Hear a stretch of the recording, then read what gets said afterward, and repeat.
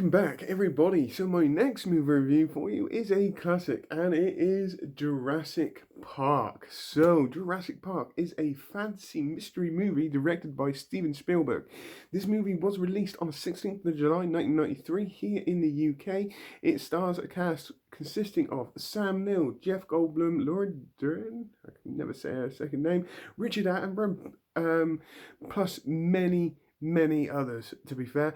And this movie, I still hold a lot of love for this movie. I think this is probably the second or third movie I ever watched in the cinema. And I remember watching it in the cinema and I was just like that.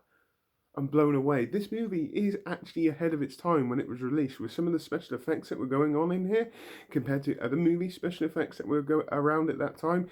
This was way ahead of its time.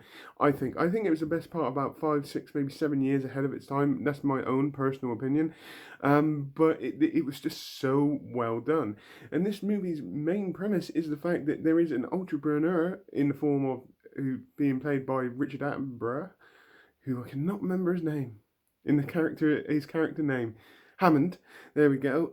Who is an entrepreneur who basically starts up a wildlife park riddled with cloned dinosaurs, and they're going to be opening it up for a public attraction.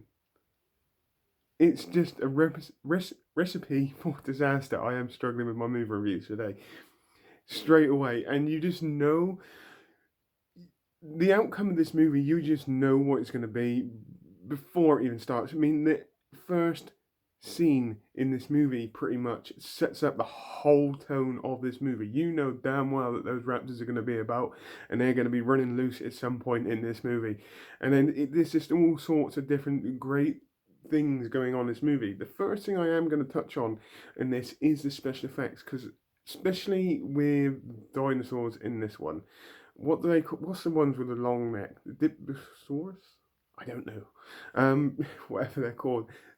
That scene just in itself, the special effects in there, at the time compared to now, and if you want me to be completely honest with you, I think the special effects back in 1993 in this movie are better than some of the special effects that you're getting right now. And that's just me being honest here, because they just look so different, and it's actually almost believable in a way as well, this movie, because just of the way it's been done, the way they're putting this across, it actually looks quite believable. The fact that these dinosaurs were actually being filmed by a camera, and I like it. It's that realism kind of feel to it, which I really enjoy. But like I said, some of the special effects in there are actually really good. The animatronic work in here is first class as well, to be fair. Absolutely brilliant in every single way. I absolutely love it, and it's got that really kind of scary kind of feel. Knowing that dinosaurs are quite aggressive anyway, they have an aggressive nature, so we know, or apparently we know. We don't know actually for sure, we don't, because we weren't around at that time. But they have an aggressive nature, and you get to see. It's just a really entertaining movie. It's as simple as that. Performances in here are actually pretty good. The performance from Sam Neill is actually really good. Okay, sometimes he's a bit monosyllabic kind of tone to his voice and all that kind of stuff, which makes it feel slightly off, but you just understand that is his character by the end of this movie. Jeff Goldblum plays this very cocky, arrogant kind of doctor person who fits so well, and he comes with one of the best lines in this movie, which he then uses, I believe, in Independence Day.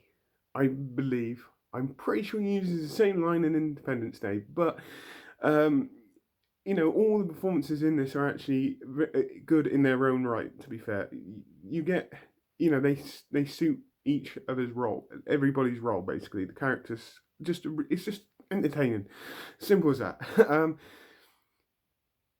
And it's, like I said, this is kind of like almost a disaster movie in a certain way, where there's big electrical power cut, and then obviously they're stood right next to the T-Rex cage, and then all of a sudden the T-Rex comes along, and you're just like that. Okay, they're in for a whole world of shit. Yeah, to be fair. It's just an entertaining watch. It's as simple as that.